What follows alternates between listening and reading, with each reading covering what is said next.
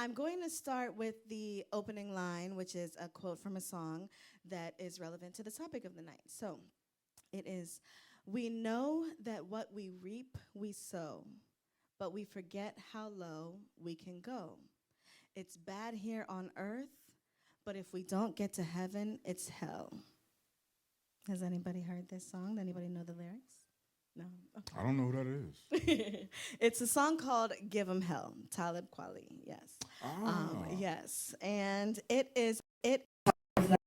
guess generally in a broad sense is religion, but we're going to kind of dive a little bit deep. So I want to first introduce the guests. We have Jesse Saturn. Miss Lily. Thank you. Thank you for coming. Thank you. And Chef Charles of Black Folks. Awesome. Yes, thank you so much. So when I was thinking about the topics for the season and pairing the guests, what made me put you two together and what made me put you two with this episode was I guess my knowledge of your background and kind of where you come from and a little bit of the upbringing that you have. I was at an event where I got to hear you speak a little bit, and I did hear you speak about coming up in the church a little bit, so I felt that it could be relevant to you. And then I've gotten to work with you professionally and get to know your style of music, and that's also your upbringing as well. So I want to first start with learning about you all's individual experiences with growing up in the church. So whoever wants to take it first. Okay, he put it on me. He said, well, I'm from a more rural area in the 434, Charlotte County. Shout out Wildersburg, you know what I'm saying? I'm trying to put them on just for me. Never heard of it, but thank you for putting us on. Yes. 434 Western Virginia, we got you. Yes, bro. okay, Indeed, okay. indeed. But so I grew up down there. I've been in church basically my whole life. When I was younger, I was going to a church that was a bit more local to where I was. And it was like a Baptist church. But eventually, I think around when I was 11, 12, I started going to my uncle's church. That was also, he's from Halifax, but he came into my county. That's where he set up shop for his church originally. And we started going there. And then basically from there, it was church all the time. All the time, all the time. So, how many days a week? So at that point, it was probably just the one day. By the time, like 3 years later, they got to Halifax, back to what close to his hometown was Nathalie, but hometown. After that, it started off like four maybe, like twice on Sunday, Friday, and Bible study on Wednesday. But by the time, at this peak, when I basically lived at church, it could be up to 8 times a week. Oh, wow. It'll be like Monday, especially during the summer, because Monday, Tuesday, Wednesday, that's noonday prayer. So you go there just for an hour and just praise the Lord. And then Wednesday night, we'll come back for Bible study. That's 4. And then Thursday, you know what I'm saying, I was the deacon at one point. You holla at me. Yeah. So, but yeah, so like he had to go to the leadership joint, so that would be 5 on Thursday. Every other Friday we had one. That's 6. And we definitely had 2 every Sunday. So, period. And I was basically like, I was in church to that degree all the way until I moved away from home to come to VCU when I was 21. So very strongly ingrained in you. It is the base of everything I am at the end of the day. Yes, yes. Okay. We're going to come back to that. Charles, tell me about your upbringing. Likewise, my grandmother's house was literally walking distance from the church, and when you go to my grandma's house, and we would walk to church in the morning, and then in the afternoon we'd walk back to my grandma's house, and then like you said, during the summer, it got real crazy because that's when all my cousins, I come from a really large family. Like my mother's one of 10, so I have 26 other cousins. Wow. So a lot of those cousins were at grandma's house during the summer, and vacation Bible school, like whatever the church had going on, that's where we were. That was like the hub. It was the base for everything that was going on, religiously or not. If they were talking politics, it was happening at the church. If they were talking revolution, it was happening at the church. You know what I'm saying? So like it was the hub for everything I knew. So like just growing, like he said, growing up in all of those meetings, Monday, Tuesday, Wednesday, Thursday, Friday, having something going on where that building was open and the lights was on and God was being invoked in some form or fashion. Like I grew up, I was steeped in it, you know, pretty much all the way till I went to college, you know, and that just became like, you know, the base exactly for like where I am now and what I've gone through. Not to say, you know, I've had my issues with the church. You know what I'm saying? We'll get into that, you know, but I will say that it's definitely a foundation, that Southern Baptist foundation that I love and, you know, I'm ingrained in. So I want to start out with that, obviously, the foundation and the purpose that it instills and the good things that is brought out of you guys. Oh, well, so for me, even more specifically, it's like, so like I tell people I'm from the country and it was poverty, but it wasn't like the streets. Right. So, but it was poverty, but it's a different type of poverty. And ultimately, if as much as like I have my issues with church and stuff like that from when I grew up, but ultimately I look back at it and if I wasn't there and I was just doing what everybody was doing out there, I'd still be there. And with 4 kids, I was watching a Country Wayne interview. He said, literally, it's nothing other to do in the country but just hunch on each other. Yeah. Yeah. Like, ain't shit else. So it's like, so more than anything, it kept me out of trouble. And that's where my biggest appreciation for my church upbringing really comes in. It kept me out of so much trouble, and it got me to be able to get to this point.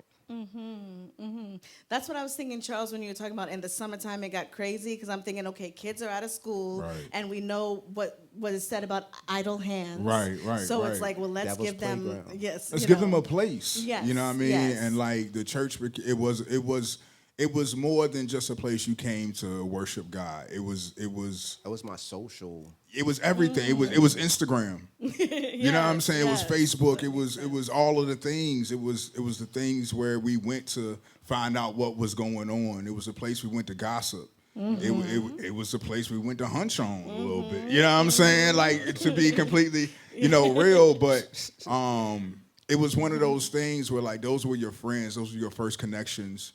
Those were we built a lot of relationships there. And I know for a fact that even now, at my ripe age, those relationships now are still cultivated. You know what I mean? Like I still have a deep reverence and a deep love for those folks I grew up with, even to this day. So a lot of those experiences, whether they were positive or negative, quote unquote, they're lasting.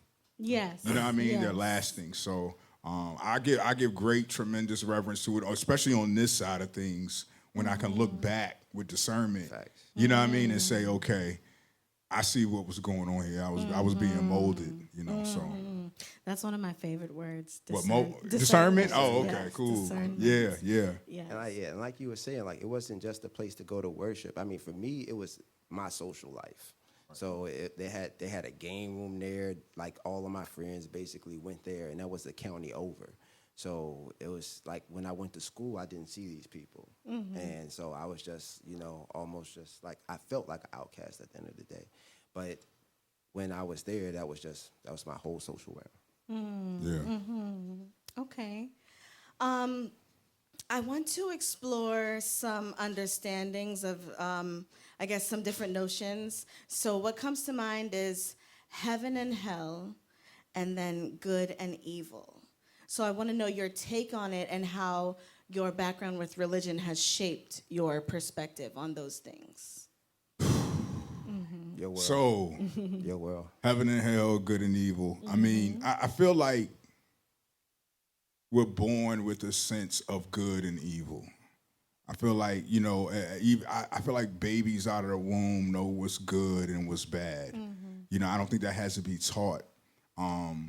I think it's innate, especially when you're that close to creation. You know what I mean? Like when babies come out of the womb, they're fresh from the other side. So like their ability to take on what is good and bad is far superior to where we are when we've been tainted with all the stimulus and distractions. You know what I'm saying? Like, so I think when you're at that young age, being able to articulate, be in a position where you are able to articulate what good and evil is, what heaven and hell may be, what Jesus and the devil and Joseph and all of these folks were dealing with, and learning these stories, whether you believe they're fiction or not, learning these stories and these fables and understanding where they come from and what they mean at a young age, I think you're at a supreme advantage, because when you get older, you're able to apply that in certain situations. And that's what I hone my upbringing in the church to. It's not necessarily saying like, oh, I have this deep reference with God at a young age. It was, I understand real life situations at a young age. You know what I mean? Like, just hearing a lot of the stories of the Bible, like one of my favorite stories is David and Goliath. You know what I mean? Like, whether you believe he was a giant or not, we've been told he was 12 feet tall and all this other kind of stuff. I mean, for real, we got folks that walk around at 7 feet, 8 feet today. You know what I'm saying? Like, Goliath was probably a 7 foot tall dude. David, 5'4". You know what I'm saying? Like, so that was a giant. Yeah. You know, absolutely. so Yes. for us to like take that metaphor, whether you believe that happened or not, like, you know, none of us were there, but at the same time, like, whether to take that metaphor and know that you can slay something that's bigger than you. Period. When you're facing something, when you're scared, and you have to face something that you're afraid of. Yes. Knowing that you got a higher power behind you. You know what I mean? With whatever weapon you got, he had a little slingshot. That's all he had. Knowing that can take down a giant with the God behind you, like that's what I hold on to. You know what I mean? Bigger than, we can get into the debates of, well, David never really existed and the Goliath was probably, you know what I mean? We can get into the semantics of it and debate that, but that's not important to me. The important thing is like the fable and what it really means. You know what I mean? And what you learn from it, how you apply it, as you move on. What it teaches. And ultimately, at the end of the day, that is what I think that you're supposed to take from the Bible more so than the God thing as specific. They're stories about life. They metaphors for literally experiences. But my experience with church is quite a bit different. And to some degree, how I was chatting earlier, and I said, like, I really appreciate that it kept me out of trouble. And this is kind of the dichotomy that I have with church, is that it kept me out of trouble, and that the belief in heaven and hell, especially the way that it was taught to me, in such a, I don't know, hell was definitely taught to me more violently for fear of it. A fear of, like, you know what I'm saying? So, and that definitely kept me out of trouble. And because of that, man, I really appreciate that. I can't. But as I grew older and as I got to college and I got away, and I realized just how much that fear of hell really kept me from even exploring the things that I wanted to do, exploring myself, because the way that it was taught to me, I was basically taught to tame myself to some degree. That's how I feel anyway. But so heaven and hell, and I see it not just with me, but with, you know, my family members, people that I love and stuff like that. But it's that fear that it put in me, it kept me grounded for so long. And even now, it's like I have to, you know, keep putting that back in the background. Yeah. So can I piggyback off that? Please, that's what we want. The fear is one of the greatest motivators. So, like, I understand why hell was taught in such a ferocious way to keep you from doing the things that you shouldn't be doing, because you don't understand at a young age the ramifications of your actions. You know what I'm saying? So, like, I understand they have to make it very simple for young folk. You do this, you go to hell. You know what I mean? Period. as you grow older and you start to you experience certain things, it's like, I did it and I ain't went to hell yet. So is that true? You know what I'm saying? Like you start. I was like 25, 26 when that hit. Yeah, you like, I did it and I ain't in hell. So what now? You know what I mean? And now you start to buck a little bit. Now you start to try to question everything a little bit. You know, so hell is kind of. I don't want to say it's what you make it, but at the same time, it's one of those things that is it's a fallacy. It's something that's made up. No man can tell me what hell is like outside. Right. You know, we have the versions in the Bible, but even those are manifestations. You know what I'm saying? Like those are thoughts and what I believe hell to be like. You know, and we call it the word of God and we say it's true, but you know, I can't. Nobody. I ain't dug up nobody and say, "Yo, I came back from hell and this is. I have video proof. This is what it was." Yeah, like. You know what I'm saying? Like, I ain't seen the depths of it. I ain't seen the video. You know, show me. I ain't seen the content. I ain't seen it on TikTok yet. You know what I mean? So it's one of those things where, yes, do I believe in a hell? Yes, but I also believe that it's a place that you can create right here, right now. You know what I mean? It's not necessarily a place you go to because you've been bad. It's a place you've built because you weren't obedient. You know what I mean? Like so it's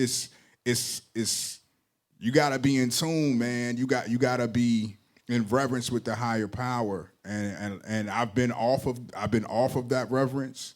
And I know what it's like to be on that reverence too. So yeah, it's one of those, like I said, good and evil, it exists. And I think the good is the thing we fight over more than the evil. We can all kind of get together and be like, this is bad. A lot of us can't get together and decide on what is good. You know what I mean? Because what's good for me might not be good for you, might not be good for you. Right. And if this is good for me, and you doing something that's good for you that I don't think is good for me, now it's evil to me. And I'm telling you, you the bad guy because it makes me feel good. Yeah. And that's where the confusion gets in. That's where the religion kind of, we'll talk about that. I'm sorry. Go ahead. No, please.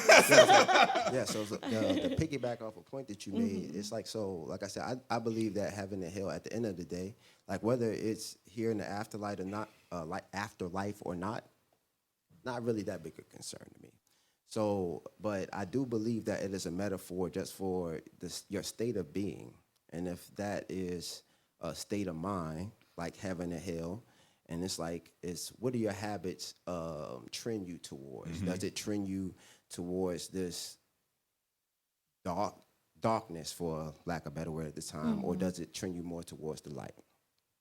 And ultimately, at the end of the day, whether there's a heaven or hell or not, it really, for me personally, I had to put that aside for me to be able to go out here and experience life the way that could possibly bring me joy.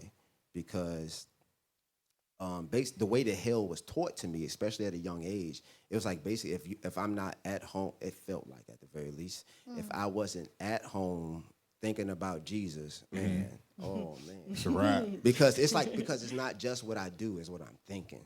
And I can't help but in my head question God. So, Right. So so it's like, so, and if I believe that somebody telling me that questioning God will put me in hell, and I'm 24 and it's like something come up and I just have a question in my head and this pops up. And so growing up, I believe this. So it just keeps like the self-abuse, for lack of a better word right now. Give me a better one if you know one. But it's just, that's what I kept doing. And it just, so like I had a light about myself, I felt like, and then I started beating myself down the more I went to church.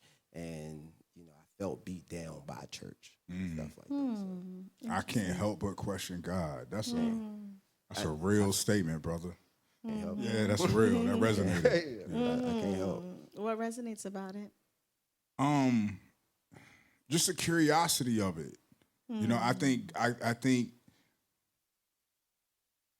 one thing I know is that when human beings are comfortable, we choose art. When we get to a place where our needs are met and we have the things that, our people are straight and all, we tend to be more creative in our approach to living. And I say that to say art is a thing of like questioning everything. It's you're taking in information and you're regurgitating the way you see it. So God created us to be the ultimate creators.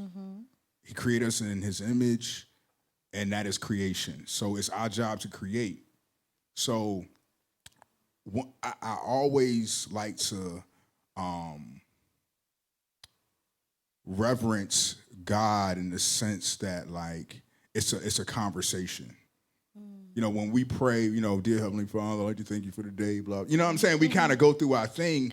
You know what I mean? Everybody kind of knows like the ritual when it comes to, starting a prayer. But for me, prayer is just a conversation. It's a never-ending conversation with God. It's shit fucked up, bro. Yeah, and like, hey, I can talk to my God like that. You know what I'm saying? Yeah, bro. I want to jump in for like 10 seconds. I want you to get Go right ahead, back go on ahead, goal, bro. But like, that's what helped me. It's like when I start talking to God more like my homeboy. Yeah. You know what I'm saying? It's like, man, if God really created me in his own image, he gave me these thoughts. Right. Then, anyway. Because I believe God's a woman personally. But he gave me these thoughts. We're going to get there too, okay? Likewise. Anyway, Likewise. so he gave me these thoughts. And if it's like, and if this is my experience, if I really truly do have free will, then like I'm just supposed to do the most good in me. Right. And Yeah. I like that. Oh my gosh. As you gentlemen are talking, there's so many things that are getting stimulated in my mind that it's so many different I see you over there directions. typing. I know, I'm literally just writing down stuff as you go. But one of the things that I wanted to touch on from earlier, Jesse, you talked about being deep in the church until you went to college, went to VCU at age 21. So I guess kind of being on your own and the world that had been taught to you, recognizing that the world was maybe a little bit different than that. Yeah, won't recognize I was in a cult. Okay, let's talk about that. Yeah, let's talk about that. That's what it feel like ultimately at the end of the day. It's like, if I look back at it, like I said, I used to go to church twice on Sundays. So the second one, usually a visiting church, or we would visit somebody. And there was this one church that we went to, and we used to kind of like clown them because they were so weird. I got older, and I was like, but we go to church with them. Right. You know what I'm saying? So, but anyway, it was so when I got out into VCU, and oh man, it was a whole different world. First thing first, women don't operate the way that they was taught. That's absolutely something we're going to get to. The notion of how women should operate based on the church. But go ahead. Yeah, exactly. They did not work the way. That's not the way they not really listening. thought. They're not obedient. They're not as submissive as I would They're not like. giving the reverence. Come on. These things are not the things They're that they giving really are reverence looking to other for. things. Like, What's wrong with them? so that was one of the things. And then it was like, so, you college, at the end of the day, it's more about exploration than anything else. And it's like, I felt like I was taught life to limit my exploration. So it's like, I tell this story, man, it's like, I feel at this point in my life, like I'm very happy with where I am. Don't get me wrong. Very happy with where I am. But I never really grew up dreaming because it's like I talked to one of the kids we work with, and I was saying that growing up, like I was looking around, it's like, man, shit, when I grow up, I'm gonna be flossing, I'm gonna have me a double wide, you feel me? No slide. Maybe get a triple wide, crazy. Like, you know what I'm saying? To grow older and then basically realize, like, wow. So at this point, as I keep going out into the world, the whole world is more like an experience that I'm taking on than something I'm trying to than a dream I'm trying to manifest right now. If that makes any sense. I say it was a pivotal moment for me in my college years as well. Not necessarily I got to see a different world. I think I was a little bit more exposed as a young person to the world and church. I had a nice balance. But when I got to college, I got to choose whether or not I went to church or not. You see what I'm saying? For the first time. For the first time, I got to say, am I going to get up on Sunday and go here? Or am I going to go to the calf? Or if I'm going to lay up with this joint, this little sophomore. You know what I'm saying? Like, right. Nice I got and warm. So it was one of those things where, like, you just kind of get to do what you want to do. And a lot of the times, like I said, when you do what you want to do and you don't face the immediate ramifications of it, it seems okay. Or we start to justify it, or we start to make sense of it and say, oh, well, if this is the case, if I can do this and get away with it, then all the stuff I'll probably learn ain't even, you know what I mean? What else can I test? Exactly. Yeah. So You know what I'm saying? It's like immediately there's like a rebellion. Yeah. Like, so it's like once you break out of it immediately, there's a rebellion for good or worse, But that was my biggest thing. It's like I got out there and I saw that the world was way different than obviously it was in the country. But and also like what people really were seeking wasn't necessarily what was taught to me. And it was just a whole different world. So I just came out here bright-eyed like Bambi. Real talk. Learning about life. Learning about Charles, life did on you the say fly. where you're from? I'm from Chesterfield County. Oh, okay. Yeah, he always South talk about it. Chesterfield. Yeah, he Hey. went to the good Iron schools. Bridge, Jessup He Road, went to the good Belmont, public schools. Stand Up, Where'd you Hall go to Street. Meadowbrook? Yeah, Meadowbrook High School, Oh, okay, class okay. of 2002. Hey, you know what I'm James saying? Trevor 03. Okay, Hey. let's talk about it. Yes. Y'all was the new kids on the block. Yes, the we James, were, y'all school's yes. like 4 years old Yeah, it was back brand then. new. Yeah, It was brand brand new. Yeah, that's cool. That's cool. Yes, definitely. Yeah. So one of the things you touched on was learning that women were not the way that you were, I guess, led to believe that they should be. So let's speak a little bit on that. And I guess a word that comes to mind is submissiveness. You're start, gonna yes. throw it. Okay, I got you. I'm ready. All right, listen. Let me. Hey, I got you. I'm gonna throw this to you in like 30 seconds. You got it. So, yeah, we were taught, and I'm gonna say we because I think we were taught so very similarly. We were taught that women had a certain place in life. Period. Yes, in the church, yes, in the home, yes, in all of the things.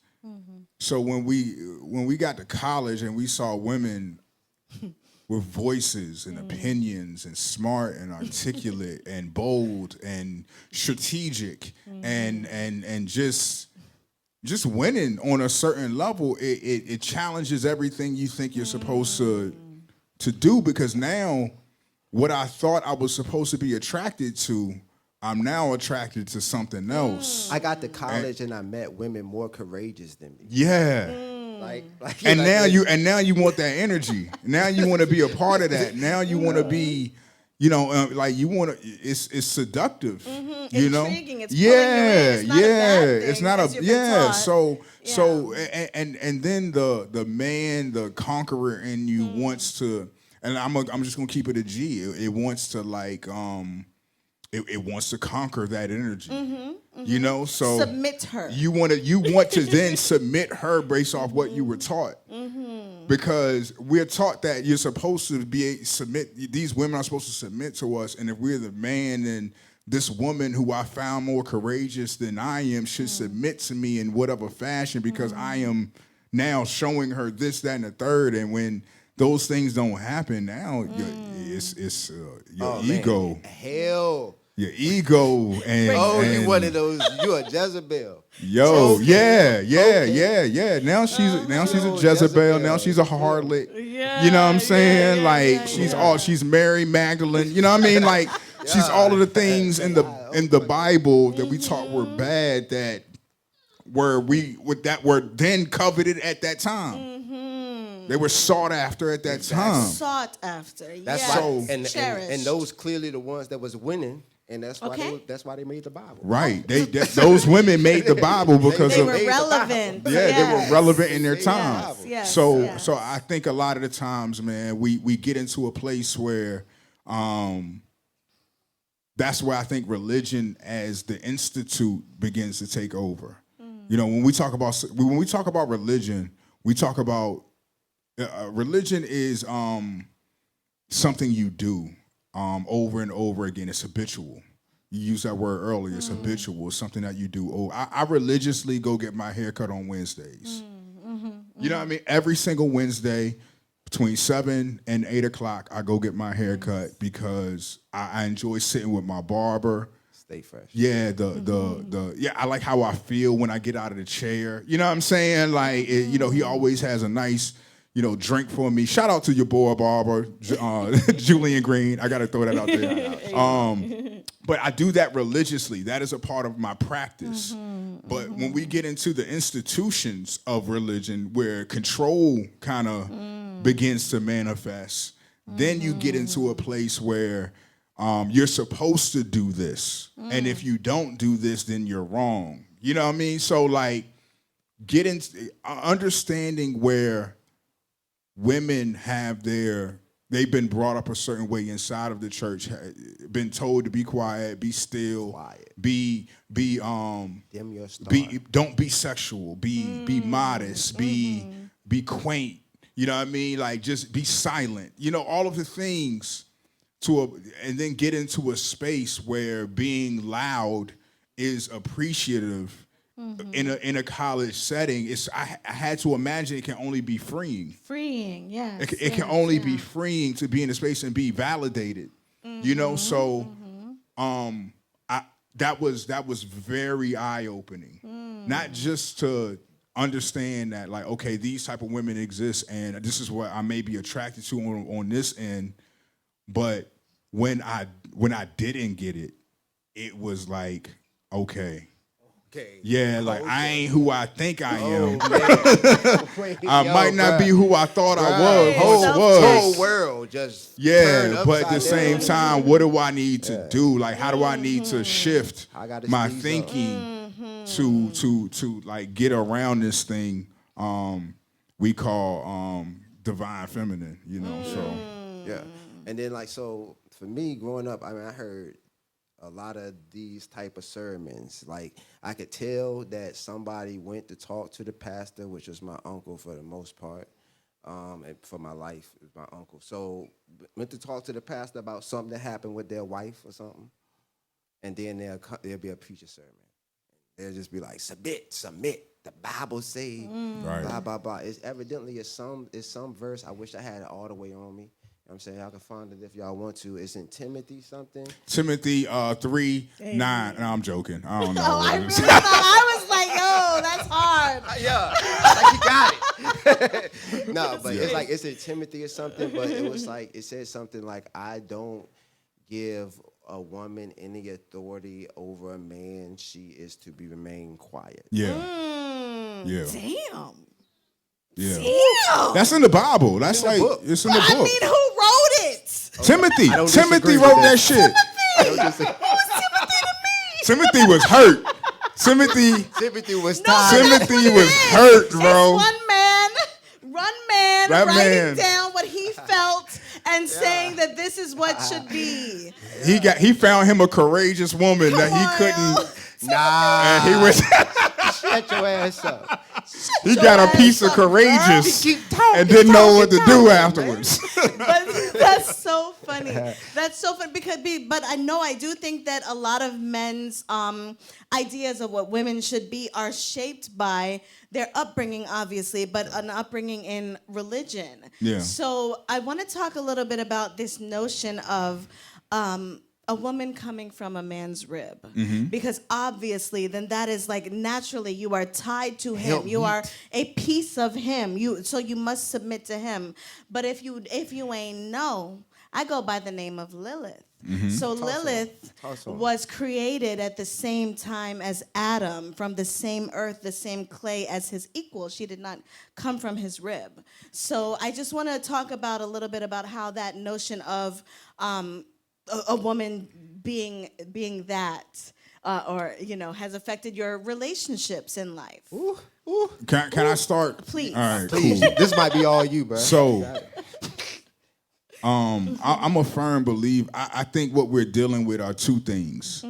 We deal with a physical world and a spiritual world. And I believe spiritually that women do come from our rib. The ribs protect all of the vital organs.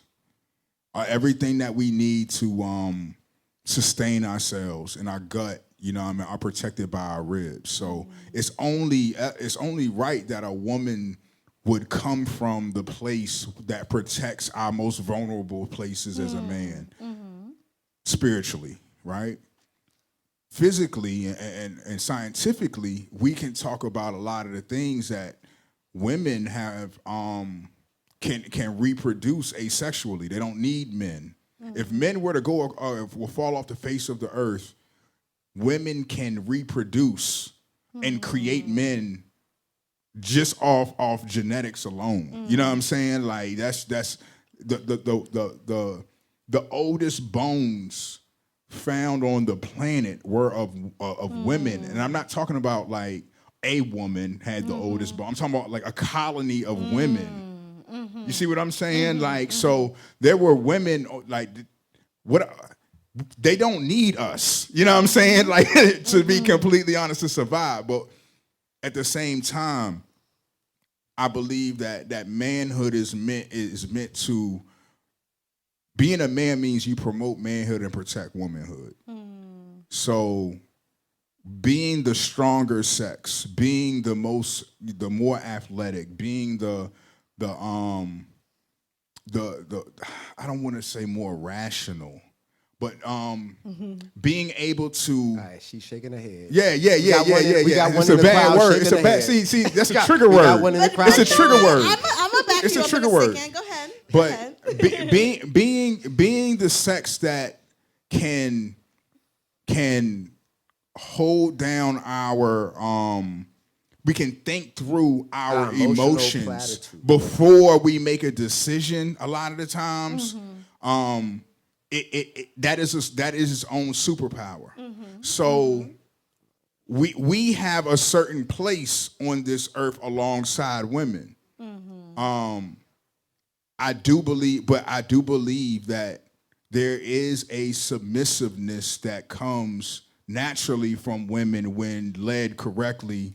You know what I'm saying? Like inside of that. Yes. You know what I mean? Like, however, Talk to him. Talk to him about that. However, if you as a man don't recognize the God in the woman who is beside you, you see what I'm saying? Yes, like sir. giving you direction, Yes, sir. then Yes. you gonna fall on your own. Because even if you go by the scripture, like God made man and was like, oh no, you're not complete. You see what I'm saying? You like need this. he made man and was Yes. just like, all right, this is cool, but you missing something. You need you need something, and he gave you something else to like. That's Yes. biblical. In a That's yin biblical. and yang type of way. Right, Yes. right. Complementary type of So way. when you talk about Lilith being created from the same sand, I understand. I understand. You know what I mean? Like, do you feel like the world understands? I don't think the world's been taught to understand that. We've been taught we've been taught patriarchy, and we benefited from patriarchy. Yes. And I can't even front. I enjoy some of the patriarchy I benefit from. As a man, As a man, you know what I'm saying? Like it's the fact of the matter. Yes. However, You love your I would dog. be a fool to believe that I can bring that type of worldly patriarchy into a relationship between me and a woman solely. Yes. Yes. I would be a fool to think that I'm going to say it's my way or the highway. Okay. Or you submit to me, or you do what I tell you to do because I'm the man. You know what I mean? Right. Like, that's just not going down, especially to the courageous women that we are attracted to. That part, yes. Yes. You see what I'm saying? Yes. Like, if we're Come gonna on, be, talk to if we're preach. gonna be attracted to these type women who are bold and free thinking and what we call wild, Your goal can't be to try to tame her. you can't tame that. You gonna drive Gotta look at the yourself camera for a crazy trying to tame that energy. Okay. You're gonna put yourself in an early grave. You got to be able to accept it. You gotta accept it and move fluidly. And if you with can't it. move with it, then you ain't ready, bro. You ain't ready. Yeah. You ain't ready. Yeah. I feel like, so as I said, like with a yin and yang type energy, yin is not more than a yang. They are equal type of energies and they are complementary and necessary to one another. But I think that there's often this notion taught that one is higher than the other, and also one should suppress the other and lead over and dominate the other. Oh, let me get this one. So I was about to piggyback. It's just lead right into what I was about to say. Because you were saying, basically, you was like, men, at the end of the day, as I feel like as kids, especially if we grew up around, you know what I'm saying, a normal environment, like we've been, as men, we've been taught to push those emotions aside because you got something to do. Right. Right. As opposed to as kids, at least the black women that I was around in the country, it was like basically you need like just keep being a good girl and God gonna send you a man. Right. Send you a man. It's always, but you God gonna send you need this to save a you. man. Yes. Right, right. Like, Yes. like literally women waiting on their man. to Waiting come for through. this. I Yes, mean, but you're that's not incomplete without. that's not only biblical. That's worldly. That's Disney. True. The You know what I'm princess waiting saying? for the Like prince. it's the Yes, same thing. yes. Talk about it. It's all the thing of here you are, lonely and destitute, and we're gonna give you something to make sure you're now okay. I was telling I was like, hey, they got a young girl come out the womb. She 2 months old. They got a baby in her arms. They got a toy baby. Like, hey, this is your role. This is your future. Like this is your future. Like they turn 3, they in there playing house. What they gonna do? Like they playing house. But I don't think that that's necessarily. I do believe that we have a stronger capacity to take on a heat and deal with that emotionally in the moment. I just think that's a strength of manhood. Right. But at the end of the day, I do think that a lot of it is just like women just been taught that if you are of high value and high worth, then a man would be willing to put up with anything to make sure that you are. Yeah, it's like because you are blah, and you're a virgin. You're clean. You're pure. You know what I'm saying. You check all of the boxes. And that man is going to just love you and love you. It's like the standard is to be wanted by a man. Like Right. if you do the best you can in life, a You'll man be- will want you. A good man will And want he'll you. want you Yes, so yes. much that he'll be willing to just fall at your feet. And I think that kind of references kind of where we are in like relationships and you know, just even biblically, like how biblical relationships are right now. Like a woman's value, or a woman feels like her value is in her husband, and that's what they've been taught.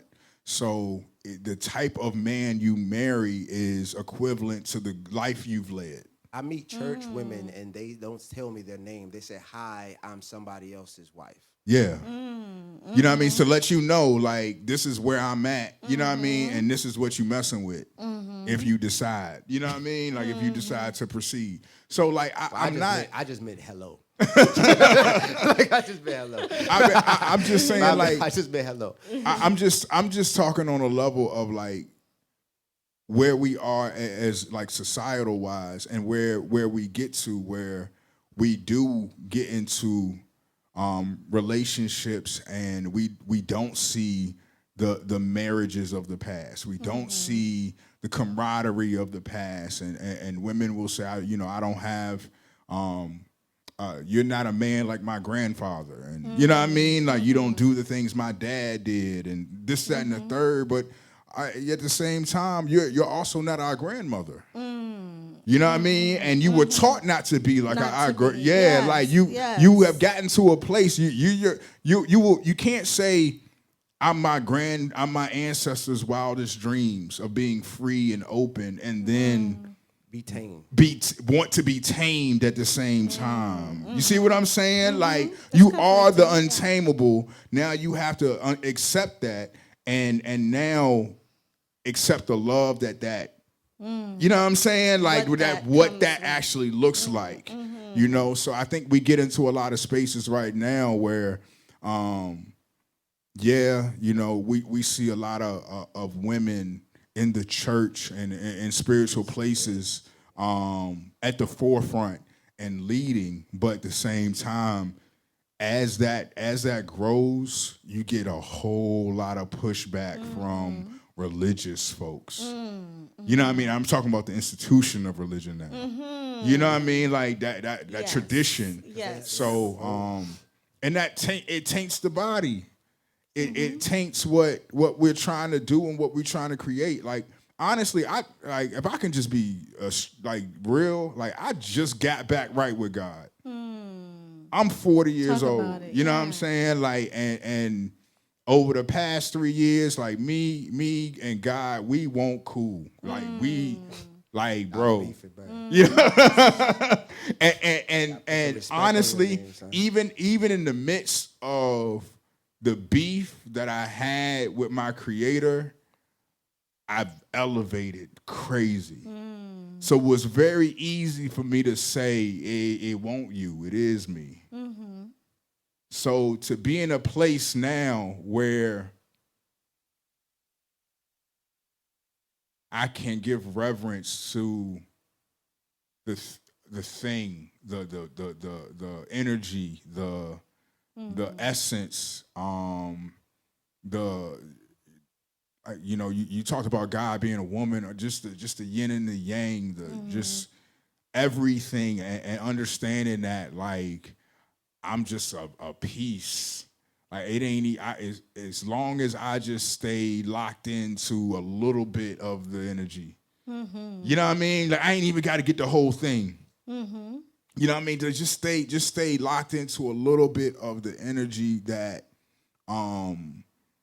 radiates, I'm gonna be okay. So imagine if I really like submit. Now we back to that word. That word Submit again. if you Now really we're submit back to that God. word submit, because we want our women to submit to us as men, but as men, do we even know what submission looks like? We want our women to submit to us and give us the reverence that we believe we deserve, because we go to work and work 12 hours a day, like we doing some real, you know, everybody do that shit. You know what I'm saying? Like everybody does that. Everybody gets up and does something to make sure they cool. Some more than others, yes. But like you not special. Right. You're not special. You not special That's how because my book start. That's how my book start. You're not special. you're not special because you do that.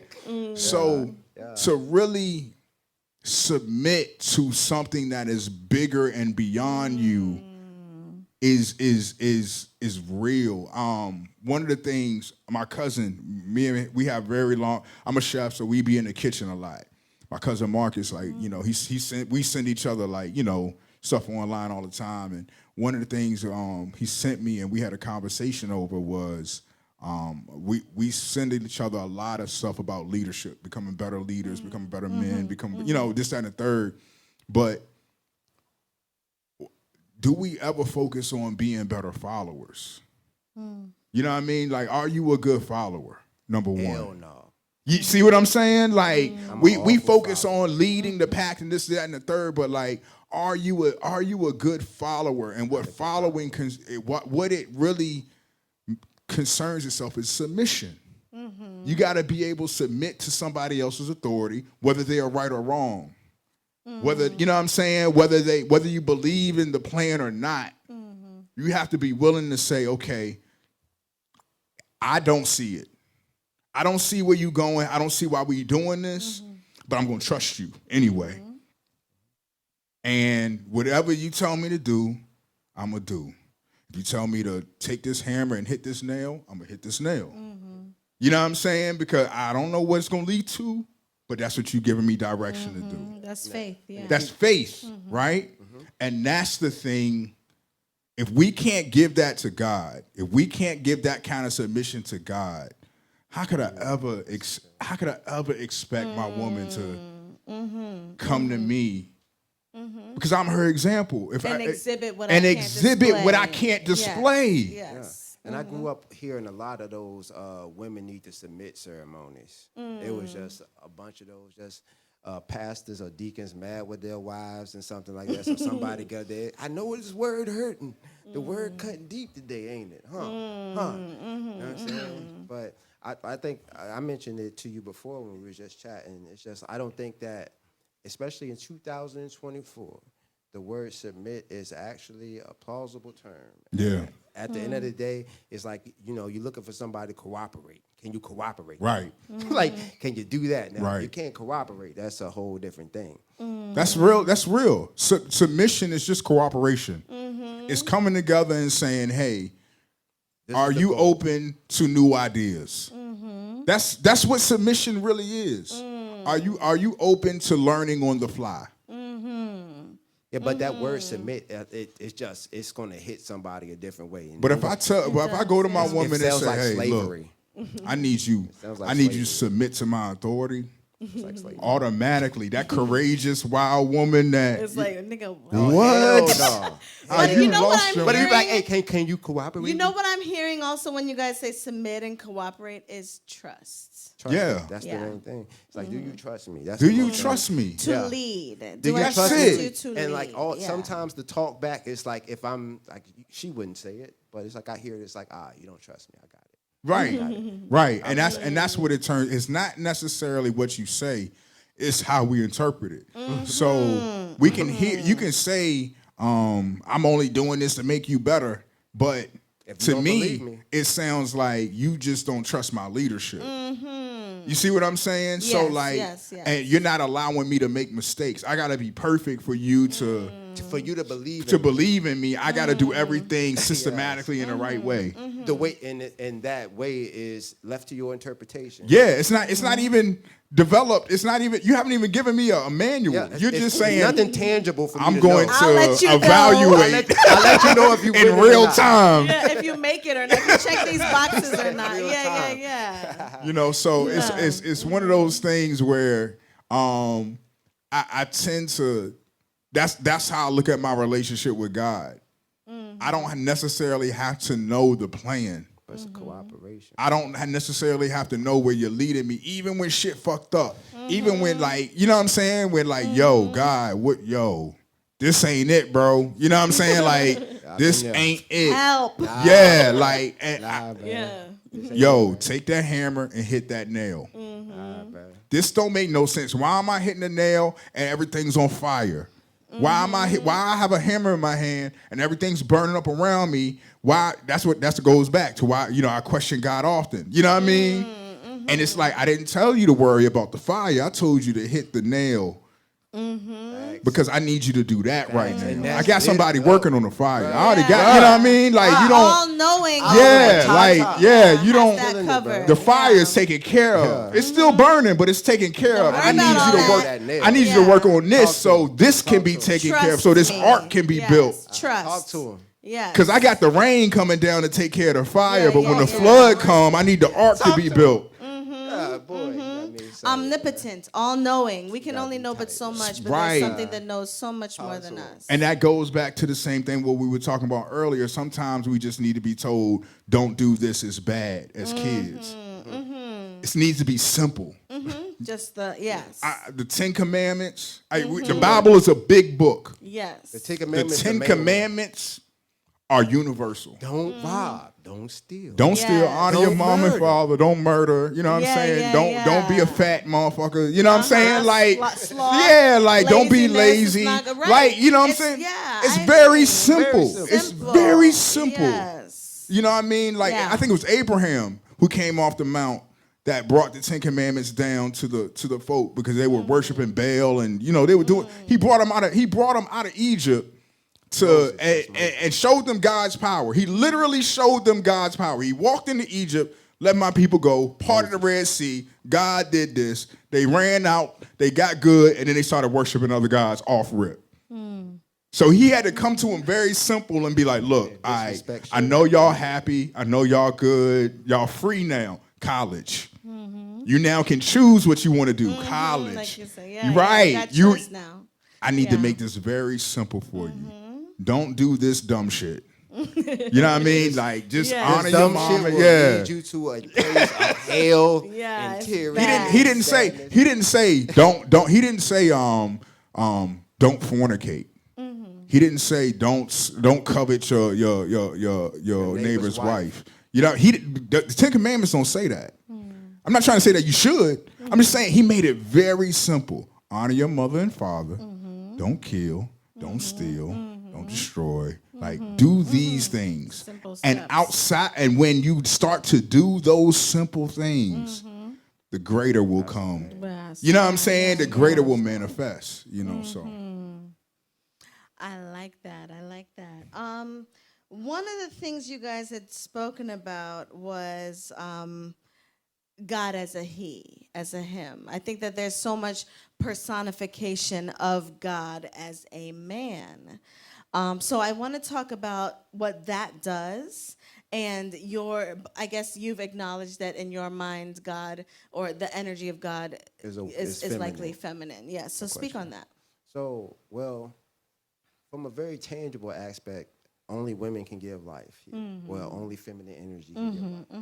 So, and also, it's just looking out into the world. Men are from Mars, women are from Venus.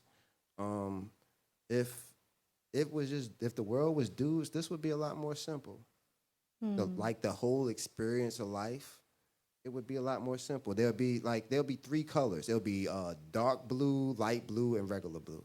You know what I'm saying? It's like that's the type of thing it would be more so. And it's just like the complexities of life. It just reminds me far more of feminine energy than a masculine, more linear line of thinking. You know? I like that. Yes. Yeah.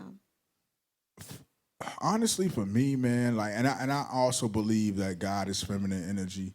I believe that for a long time. I don't know if I necessarily. I'll say this. I found it easier to pray to a feminine God. I found it easier to love a feminine God. And that could be the misogyny that I was raised in. You know what I'm saying? Like, whatever, you know, it is what it is. I can admit that now. But I found it it was easier for me to talk and be more vulnerable with an image of God that was feminine versus image of God that was masculine. And it wasn't that I don't think you can't be vulnerable with men. I just hadn't ever been able to do that. I grew up with my father. I grew up with, very strong men around me. I saw married households all in my life. You know what I'm saying? Like, it wasn't, I had a crazy good upbringing, you know what I mean? Like, as far as foundationally. But I never saw men be vulnerable around each other. I saw them be loyal. I saw them be protective. I saw them be wise. I saw them be, you know what I'm saying, violent. You know what I mean? I've seen all of these things, but I never seen them be vulnerable with each other. But I did see men be vulnerable with women. So when I begin to believe that, like you said, creation comes from women, and I started to connect those dots, and I found it easier to just think of God as a woman and be able to be more in tune. Was it helpful? Yes. Do I believe that it is ultimate? No. I think that God is whatever you need it to be at the time. Talk to him. You know what I mean? Like you said, it's the balance. It's all of it. It's creation. It's whatever you need it to be in that moment in time. And like we reverence God right now. It's a lot of he and him, and that's the patriarchy. That's how I was raised. It's how we were for raised. The most part, anytime I talk about God, it's gonna come out my mouth as a he. And it's written like that. You know what I'm saying? It's blatantly written like that for us to dissect. But intentionally. Yes. Intentionally. Yes. So when you can break that and replace it with her, she, you know what I'm saying? Or just higher power. Yes. Or universe, or whatever it may be. Now, don't get me wrong. I've gotten into the universal space where, you know, everything is everything. You know what I mean? Like, and it's different. Yeah, it's cool, but I don't really fuck with that universe shit. Yeah, like for me, I trust God. I call my God God. I reverence God when I pray. You know, the universe is the universe, and that's cool. If I walk into your space and you universal, I will be universal with you in that moment. Hey, for understanding. Right? For understanding. I'm glad you said that, because you just said you call your God God. And that's kind of been my biggest issue with religion after, you know, I just kind of woke up. It's just like, I don't know what God's name is. And if I die and I get to heaven and then I be like, hey, and they be like, nah, you're going to hell. And they was like, nah, my name was Robert. Right. That's tough, bro. Was you really that good a dude to Right. begin with? Like, for real? So like you said, man, like it's those are the labels. And that's the religion of it all. That's the tradition. That's the institution of what we try to make spirituality to be. But the spiritual is something that, like you said, it's a connection between you and the higher power that nobody else can understand. They're not supposed to be able to understand your connection. Hey, So when I go to God, no man can understand God, but everybody kind of tell me what God thinks. What God's supposed to do for me. You know what I mean? Like, and trust me, when people have spoken over my life and be like, God told me to tell you blah blah blah blah blah. Number one, two things happen. I was raised in the church to know what God feels like enough. I was raised in the spirit to know when it's present. You're familiar. I'm familiar. Very familiar. I'm familiar. Like, so when people walk up to me and be like, yo, God told me to tell you this, that, and the third. And I'm like, okay, cool, thank you. You know what I mean? I'm just going to order my burger and slide, you know, versus when somebody comes and say, God told me to tell you this, that, and the third, and there's a quiet over the room. There's a bird that chirps, or, you know, it's something that clicks that tells me to pay attention. Yes, that reaffirming. It's something. God is always going to affirm his message. God is not going to give you something and not give you confirmation that this is me, nigga. You know what I'm saying? Like, and that's just how my God works. You know what I mean? Like, that's how my God works. So when I learn to hear God because of what I'm able to hear around me. You know what I mean? I'm able to be in the presence of God-fearing people. So when they start manifesting, when they start bringing forth truths, when they start bringing forth light, I can tell real early if it's authentic, because I was raised in it. Yeah. You know what I'm saying? Like, I was steeped in it like tea. You know what I'm saying? Like, I like that. You know what I'm saying? Like, you were literally like, it's a different chill that comes over. Yeah. You know, so. I like that about the foundation Yeah. that it provides. The last thing I wanted to talk about tonight was the notion of karma. And I wanted to get y'all's thoughts on karma. Get them, God. That's get them, God. Like, so, like, I didn't necessarily hear people say that out loud, but I could tell that that's how people saw karma then. So it was like they'll see people sinning, quote unquote, and it was just like, I don't know what that ignited within themselves to make them mad, but they just wanted to see that person lose. And you could tell, the like, punishment, because there is a notion of like punishment and reward, shame and reward. you know, all these things. Yeah. And it was just like that. I mean, I think karma is very plainly you reap what you sow. So I have to believe in karma. If I believe in whatever you plant, you will grow. You know what I'm saying? Like, and or, you know, even in a bad harvest, You know what I mean? Like, it's not necessarily you've been bad, so your crop didn't come in this year. You know what I mean? Like, it's we pay for this. We pay for things that we know not of. So there's a lot of things that have happened previous to our lives, or even if you're a spiritual person, you believe you've been here more than once, and like you have to then take on in your next lifetime. There's things I'm going to do now, and I'm going to pay the price. I'm not going to pay the price not today, but I'm going to pay the price later on. You know what I'm saying? Like, and I bargained that. I think Jay-Z said it in Beach Chair.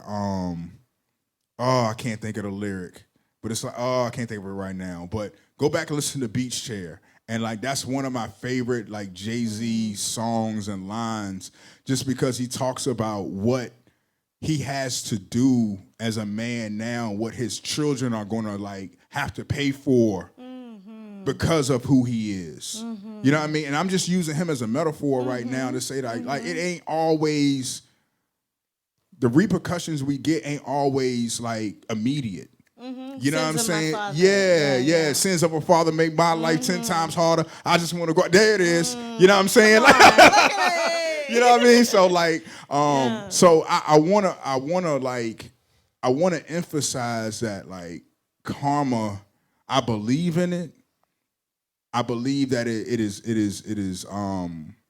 But it's just the same thing as you reap what you sow, man. Like you sow good seed, you will reap good seeds.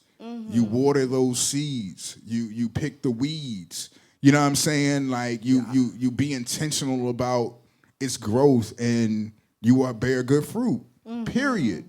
You know what I mean? But if you can also sow good seed and not water it, not pick the weeds, and it still may like rise, but it might not be as sweet. That strawberry might not be as sweet. Yeah. You know what I'm saying? Or you could go out here and plant bad seed, but God is just good to you. And there's a beautiful rain that comes through. You know what I'm saying? And the beetles eat the weeds, and you bear great fruit.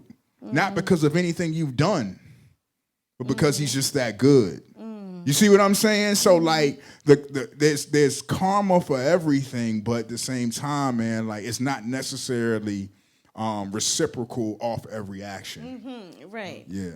It was definitely taught to me as more of an immediate act or something like that. You would just feel it immediately. But like I was saying earlier, the get 'em God thing, I just felt like that's what I saw people wanted. They would see you do something, and because I don't know if it was just because we were taught not to and you want to or something like that. So if they see you do the things that they want to do but we was taught not to, it's like I would want to see God punish you. Yeah. To learn So not that to you do would learn, it. because if you don't learn, then how is what I'm doing and all the stuff that the way that I'm living validated? Right. You're not punished. And if I want to, and I secretly want to do what you're doing, But if you doing it and don't get punished, then why am I not doing it? what does that say about God? Hey, I've heard women question God that way more specifically. Yeah. I've also heard karma in the way of like you'll never understand truly how you've made someone else feel until you have been made to feel that way yourself. I can understand that. Oh man, karma been doing work.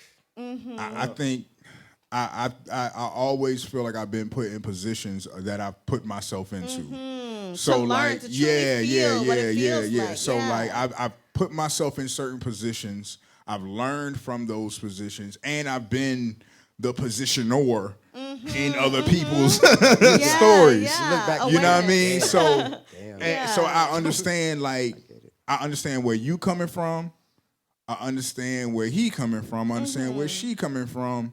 Now, Because I've understand why I been gotta everybody take this L. in this story. You've So been na- it. Yes. you know what I'm know saying? The role, you know I how know each all of the feels. roles. So Yes. now I can come from a place of like, and I think that's where grace comes in effect, because now you can give grace to certain people because I've been where you've been, and I understand why you're moving like you're moving, because you're hurt, and you don't have the tools to articulate that kind of pain. So you're lashing out on the people around you. I've been there. So when you lash out on me, I'm not going to automatically punish you Because I for know that your lash out language. because I I've get been it. there. Yeah. I see what you're going through. I empathize. I see what you're going Empathy, through. that's the word I was thinking too. And yeah. here now, here's the God in me about to present you with the tools. Talk to him. Ooh, I like that. The God Yeah, in here's a me. God in me that like now I have the tool. I had to forgive my father for that. You know what I'm saying? Like I had to realize that my dad didn't just have the tools to be the nigga that I needed him to be at certain moments and times in my life. Period. I had to be like, yo, Pops, I'm sorry for making you super nigga in my mind. My expectations. My expectations of who I thought you were supposed to be, and you just weren't that. And like, that's not your fault. You know what I'm saying? Like, I'm 40 now. I got an 8-year-old son, and I know I'm super nigga in his mind right now. I can see it. I know it. And that day that I become real to him, I'm dreading it. Yeah. I saw a meme or something like that, and it was saying something along those lines. It was saying that adulting quote, is figuring out or learning that all the people that you grew up raising you were just young kids trying to figure it out. Nobody fucking knows. Trying to figure this shit None of out, us know. man. Our parents didn't know. It was all. But when you 5, it's just like you look at them and kind of like all know. You supposed to know. Expert, Yeah. yes. You're supposed to know. You've taught me that if I do this, I go to hell. Right. You said I go to hell. That's why you doing that. Yeah. Yes, to follow you, without Right. question. Right. So and you questioning yourself. Yeah. Yeah. So to be in a place where like you're now on the other side, I'm in my father's shoes, and I'm looking at a little version of me. You know, I want to say a little version of me, but something I brought forth. Yes, you know what I mean? creative, Yeah, yes, yeah. And it's like, and it's maneuvering in the same capacity, knowing that one day he gonna look at me and be like, yo, you don't know what the fuck you doing, do you? You know what I'm saying? And like, I gotta admit to that. Yeah. But our ego, one thing my father, I guess what I'm talking about the tools, he didn't have the tools to admit that Facts. I didn't know what I was doing, son. I was trying. But I was there. You know what I'm saying? Like I was at the football games, I was at the baseball games. You know what I'm saying? Like I felt like he should have been coaching. I felt like he should have been Played a bigger role. play a bigger role, Yes. but like It goes into what you were saying earlier. Like you said, you grew up around men and they wasn't really being vulnerable around Right. other men. right. It's like you can't even be vulnerable around your kids. You can't be vulnerable around your, and that's the thing. That's the cycle I feel like we gotta break more than anything. More than anything as men, like, and that's one thing I'm intentional about is being vulnerable around my son. I don't think it makes him soft at all. I don't think, you know what I mean, we got to get that out of our heads. That vulnerability equals something that is soft or malleable. If you can't cry to your dad, who can you cry to? Come on. If you as a young man can't go to your father and lay your head on his chest and tell him this shit is hard, Where you going to get the love from? You know what I'm saying? Where you going to get the understanding from? if you can't, and because he gonna know. You can go to your mother and say this is hard, and she gonna, oh baby, she gonna coddle you, she gonna nurture you, she gonna Don't give you mean that. You can go to your woman. He understands. You can But go to your woman. My father, he's going to hold me to a different standard. Like He gonna say cry. It's like, all right, so it's cool. It's all right. You get it. All right, bad. Bad. He's a man in He's this a man. world All right, that you made good? it. Yes. Now let's figure this All right, out. I can cry. All right, bad. I can cry in front of this man. I can be vulnerable in front of him, and he not gonna look at me as weak. He not gonna tell me stop acting like a girl. You see what I'm saying? The first time I cried in front of my dad, he started acting like a girl. At that moment in time, you stop crying in front of anybody. Yeah. It's not okay. Yeah. But he didn't have the tools. He just wanted to make sure I grew up ready for this world. Yes. And he knew that crying and being vulnerable in his time, in his time, wasn't serving. it won't serve him. Yes. You know what I mean? But we got to prepare our kids for the time they're going to grow up in, even though if we can't see it. Like I said, sometimes you just got to hammer the nail. Don't worry about what's at the forefront. you got to hammer the nail. Now, if God's telling you to hold your son close and let him cry, I don't care if he's 35.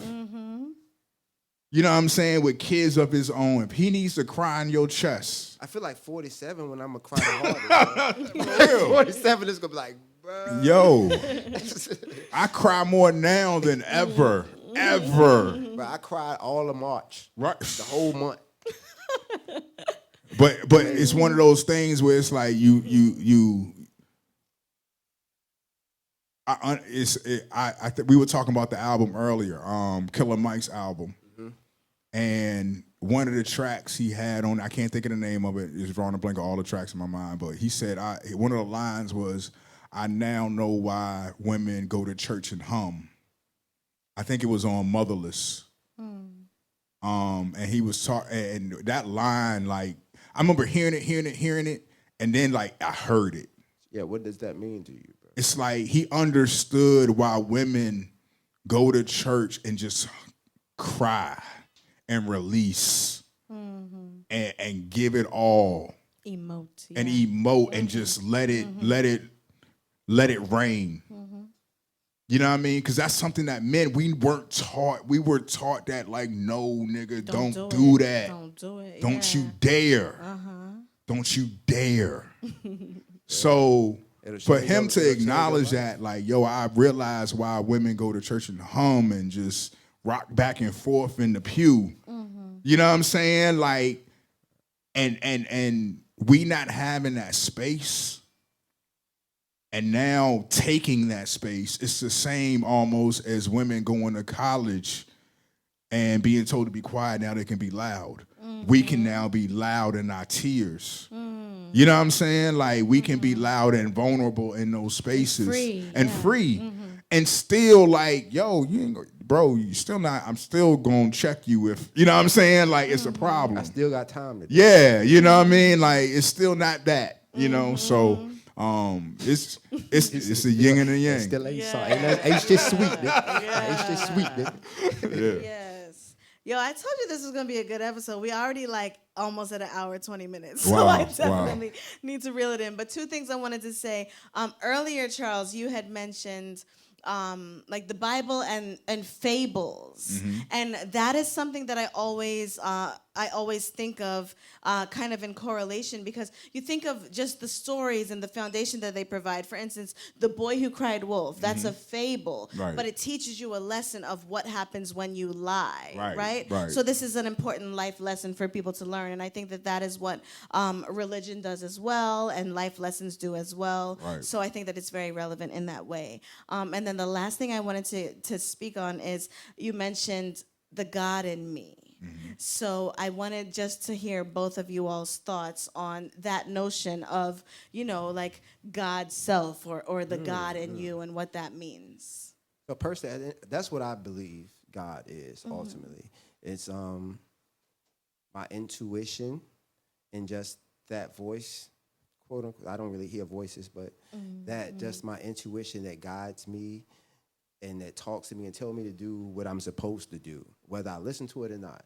It's like most of the time I know what I'm supposed to be doing. If I'm watching TV and I should be at my MacBook, I know it. And it's like the God in me is telling me I need to blah, blah, blah. There'll be people that I'm just trying to link together and I have no reason why. And I tell them, but the God in me, the goat in me is telling me I need to put y'all two together. It's like, you know what I'm saying? So ultimately, like, that is what I believe God is. It's like your higher consciousness, your higher self, and it is a metaphor for you just taking the time to communicate with the best parts of you. I like that. Okay, Charles? For me, it's the intentionality of it all. I have to seek the God in me, because the Charles in me, that's a whole different nigga. You know what I'm saying? Like, that's a whole different dude. So you said, so God good, Charles not. Hey, listen, Charles be sinning. what I'm trying to say is Charles got Charles things going on. Okay. But Real life, God real is he's solid. He you know, that's something that I can hang on to. So Affirm, yes. yeah. So when I reverence the God in me, it's one of those things where I'm being intentional about attaching to the foundation of the things I was brought up in, and what my mama and my grandma taught me. You know, it's not necessarily like you said, hearing voices or hearing things. It's just being in tune and in that constant communication and conversation with. Sometimes it's yourself. Sometimes it's wake up, nigga. You know what I mean? Like, head down, get to work. Sometimes it's that. Sometimes that's the God in me. Sometimes it's, dear Heavenly Father, I want to thank you for all of the blessings that you bestowed upon it. And I use those words because of tradition, and I'm attaching to what I know. You know what I mean? I'm invoking those things. Sometimes the God in me is just fuck. You know what I'm saying? Like, sometimes it's just that. And I don't care what anybody else thinks about what that conversation looks like. My God understands. Facts. And as long as I'm tapped in tune and I'm just, I don't even gotta be moving. If I'm just pointed in the right direction and I can feel the wind to my back. You know what I'm saying? I ain't even gotta be mobile.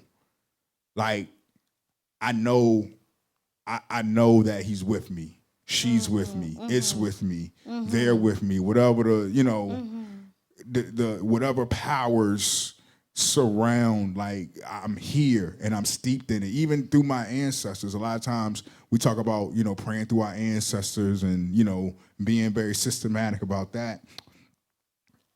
I have an uncle. I always talk about my Uncle Eugene. And he will always, I got to tell the story real quick.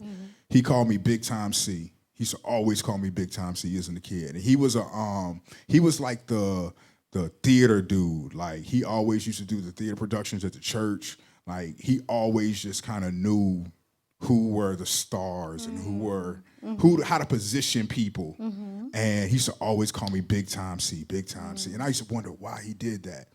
He passed like 25 years ago. And him calling me Big Time C always like resonated. Like, what did he see in me that I ain't really seeing myself at that time? Especially when you're a kid, man, just hearing Big J. Yeah. And all that stuff like that. What's up, champ? Yeah. Just little things like that. You know what I'm saying? So to be at a level right now where I'm influential, I'm being able to like do the things that I want to do creatively. I can help people that this is a dope project. I want to be a resource.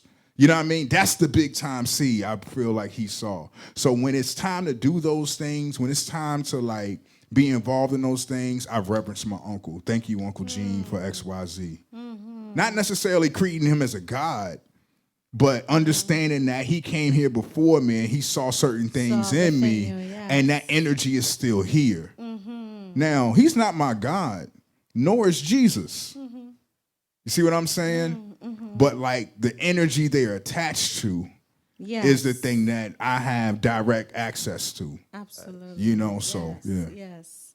I love it so much. Thank you, gentlemen. This has been a very enriching and enlightening conversation. Charles, I gotta say, I attended a dinner that you had a couple of months ago, and it was absolutely fabulous. The well-seasoned supper. The well-seasoned supper. Oh Yeah, my God, yeah, the yeah. way that things hit my palate. I want to say I've heard the word anointed in terms of like people's voices. Shayla Soul's voice, anointed. Hey, Shay. People's talent, but your palate and the way that you put together flavors. I would say that's that black folk anointed seasoning. That as black folk as food, well. yeah. It's Crazy, very man. amazing. Thank so you. thank you so Thank much. you You're so much. truly gifted at what you do. And Thank then you. Jesse Saturn, I told you once it clicked for me the way that you deliver your music and this like kind of sermon like way, and it clicked for me in terms of your background. It just made so much sense. And both of you, I think that you're just so powerful men and very influential, and your background is definitely seen Right. and felt. So I appreciate both of you, and thank you so much for coming. I on thank you, tonight. Lila, for just having this platform. Like, I was able to watch, season 1 as you were growing and doing your thank you, thing, yeah. and here you're doing things in season 2. You have tremendous guests coming on here, just having real life conversations. One of my soft goals was to not just talk about food all the time. You know what I mean? So thank you for giving me a space where I could just talk about some of the things that makes Charles Charles. Yes, You know, so yes, it's very yeah. much needed. I appreciate it. Thank you so much. All right, so this has been another episode of Psych 101, and thank you so much for tuning in. And that was Psych 101. Holla.